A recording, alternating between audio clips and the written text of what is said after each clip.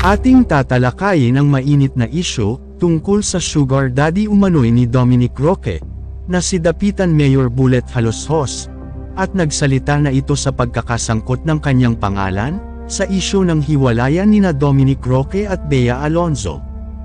Ano nga ba ang koneksyon ng dalawa? Tara, alamin natin ang buong detalye.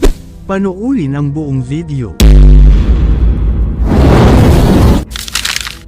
Kumusta mga idol? Mayroon naman tayong bagong chika sa inyo. Bago yan, welcome sa channel ni Mr. JV. Nagsalita na si Mayor Bullet Haloshos na isa sa mga kaibigan di umano'y ni Dominic Roque. Aminado ito na matagal na silang magkakilala at magkaibigan. Kaya hindi siya naniniwala sa mga ibinabato dito, na mayroon daw itong karelasyon na baklang politiko. Ayon sa aming source, ang condo unit na tinitirahan ni Dominic Roque sa Pasig City, ay pag-aaring umano ni Mayor Bullet Haloshos. Ngunit, ang hindi alam ng karamihan, ay matagal na pala itong inuupahan ni Dominic Roque. Kaya natural lang na hindi sa kanya nakapangalan, kundi sa tunay na may-ari. Dagdag pa nito na yung gasoline station, ay ibinigay lang daw kay Dominic ng gasoline company, dahil naging endorser siya nito dati.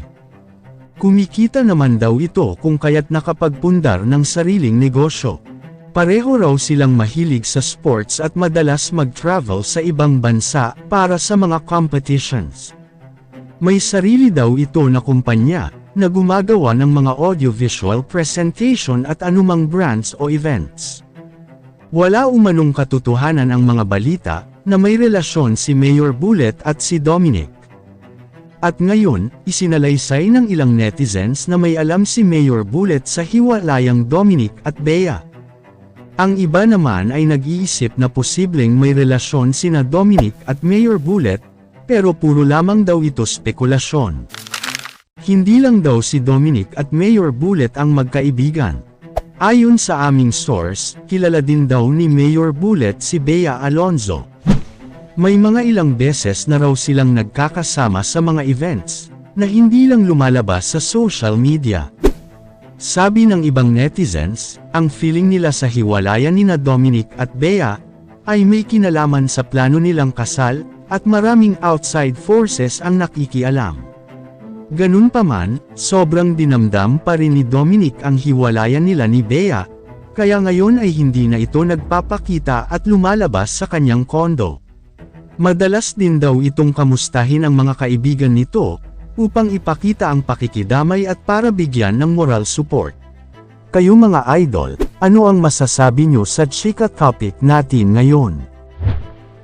At syempre bago tayo magtapos sa ating video, ay inaanyayahan ko kayo na mag-like sa ating Facebook at mag-subscribe na rin sa YouTube, dahil malaking tulong na ito sa pag-grow ng aking channel, upang mas lalo pa ako na magsipag sa pag-upload ng mga videos na kagaya nito.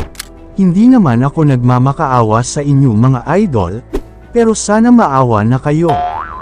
Hanggang dito na lang ang ating video, maraming salamat sa inyong pagtambay, bye-bye!